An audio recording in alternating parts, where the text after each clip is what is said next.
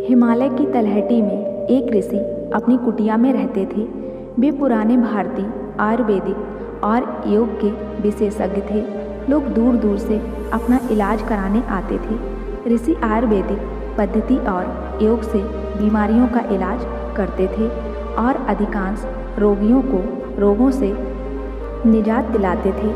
ऐसे ही एक दिन ऋषि के आश्रम में एक व्यक्ति आता है और कहता है कि मुनिवर, मैं पास के गांव का जमींदार हूँ। मेरा काम ऐसा है कि मुझे दिन में ज़्यादातर समय बैठे ही रहना पड़ता है।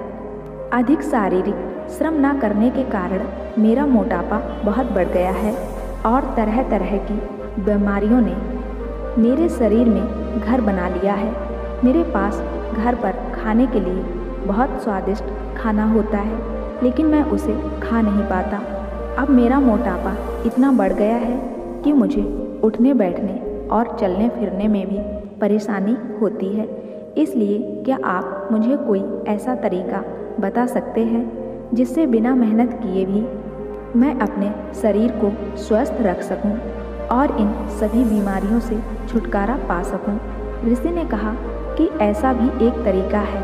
इसके लिए आपको सबसे पहले अपने शरीर में जमा गंदगी को बाहर निकालना होगा और जैसे जैसे आपके शरीर से गंदगी बाहर निकलेगी और आपका शरीर अंदर से साफ हो जाएगा तो आपका वजन अपने आप कम होने लगेगा, त्वचा साफ हो जाएगी और आप खुद को पहले से ज़्यादा ऊर्जावान महसूस करेंगे।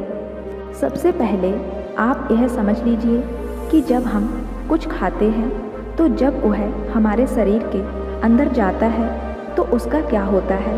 सबसे पहले भोजन हमारे पेट में जाता है और जहाँ वह टूट जाता है फिर हमारी छोटी आंत में जाता है, जहाँ से हमारा शरीर भोजन के आवश्यक तत्वों को अवशोषित करता है। फिर बड़ी आंत के माध्यम से यह शरीर से मल के रूप में बाहर निकल जाता है। लेकिन क्या हर प्रकार के भोजन को चक्र पूरा करने में समान समय लगता है? किसी भी फल को लगभग हमारे पेट में 1 घंटा, छोटी आंत में 1 घंटा और बड़ी आंत में 1 घंटा, सब्जियों को उसी अनुपात में 6 घंटे लगते हैं और गढ़वाले अनाज जैसे चावल और दालों से बने उत्पाद को लगभग 18 घंटे लगते हैं इस चक्र को पूरा करने के लिए।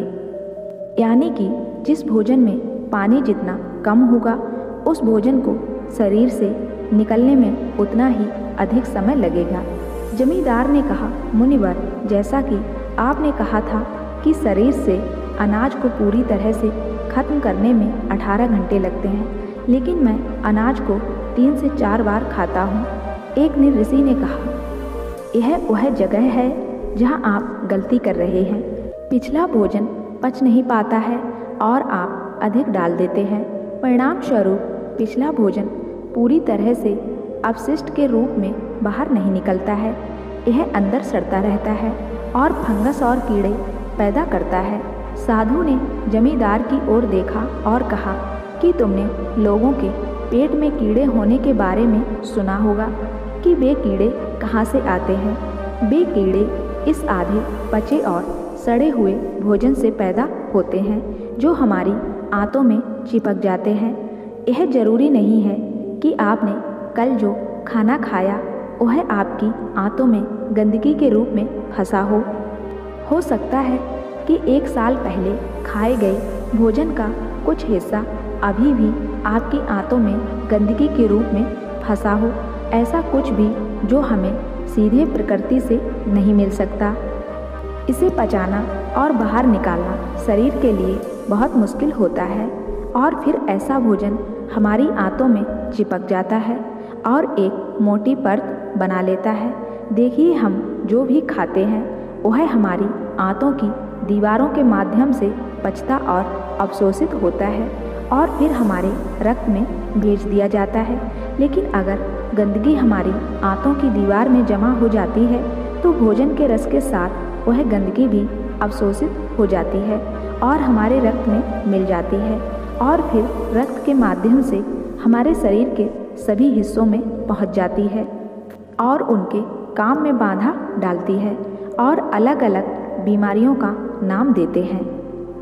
इस बाधा को, अगर यह गंदगी हमारी त्वचा की परतों के बीच जमा हो जाए तो हम कहते हैं कि यह मुहासे या त्वचा रोग है। यह गंदगी गांठ बन गई है, हमारी किडनी या पेट के किसी हिस्से में जमा हो गई है, तो इसे हम कैलकुलस मोटापा कहते हैं। ठीक उसी तरह अगर आपको वजन कम करना है तो इस गंदगी को शरीर से बाहर निकालना होगा। हमारी आंतों में बहुत मोटी परत होती है तो उसे हम कब्ज कहते हैं, और कब्ज ही सभी रोगों की जड़ है। इसी प्रकार जब यह गंदगी हमारी श्वास नली में जमा हो जाती है फिर हम इसे अस्थमा कहते हैं। तो असल में कहने का मतलब यह है कि यही गंदगी हमारे शरीर की सभी बीमारियों की जड़ है, और अगर हम इस गंदगी को शरीर से बाहर ना निकाल दें तो बीमारियां जन्म लेती हैं, और इस गंदगी को शरीर से बाहर निकाल दें तो हम अपनी सभी बीमारियों से छुटकारा पा सकते हैं, क्योंकि जो शरीर अंदर से साफ है उसे कोई बीमारी नहीं हो सकती है। ऋषि ने अपने शरीर की ओर इशारा करते हुए कहा कि हमारा यह शरीर एक आदर्श डिजाइन और एक है प्रकृति का अनमोल उपहार। कुछ समय बाद हम अपने शरीर को माँ प्रकृति को लौटा देंगे, इसलिए हम सभी की जिम्मेदारी है कि जब तक हमारे पास यह शरीर है हम इसे स्वच्छ और स्वस्थ रखें और इसे वैसे ही वापस दें जैसे माँ प्रकृति ने हमें दिया है। ऋषि ने आगे कहा कि इंसानों ने प्राकृतिक भोजन किया है, पदार्थ लाखों वर्षों तक सीधे रहते हैं, इसलिए मानव पाचन तंत्र भी उसी के अनुसार विकसित हुआ है। यानी हमारा शरीर कच्चे प्राकृतिक पदार्थों के लिए बना है, लेकिन अपने स्वाद के चक्कर में हमने इसमें ढेर सारी गंदगी डालनी शुरू कर दी है। तो आपका पहला काम इस गंदगी को शरीर से बाहर निकालना है, और फिर दूसरी बात यह है कि इसमें सही खाना डाला जाए। लेकिन मकान मालिक ने कहा, लेकिन मुनिवर शरीर से गंदगी कैसे बाहर निकालें? ऋषि ने कहा कि इसके लिए सबसे पहले आपको दिन में 16 घंटे का उपवास करना होगा। ऋषि ने जमींदार की ओर देखा और कहा, 16 घंटे का नाम सुनकर डर मत जाना, आप इसे बहुत आसानी से कर सकते हैं। देखिए वह शक्ति जो हमारे शरीर के अंदर से गंदगी को बाहर निकालती है, वजन कम करेगी, बीमारी को ठीक करेगी, वह हमारे अंदर है, यह किसी दवा में नहीं है। और उपवास करके हम उस शक्ति को अपना काम करने के लिए समय देते हैं। देखो, जब एक आदमी की हड्डी टूट जाती है तो हम उस हड्डी को आराम देने के लिए उसे बाहर से बांध देते हैं ताकि वह हड्डी अपनी जगह पर रहे, और कुछ दिनों के बाद वह हड्डी अपने आप जुड़ जाती है।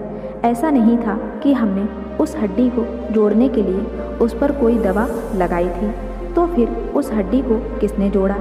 यह हमारे भीतर की जीवन शक्ति को जोड़ती है। यह जीवन शक्ति बहुत मजबूत है।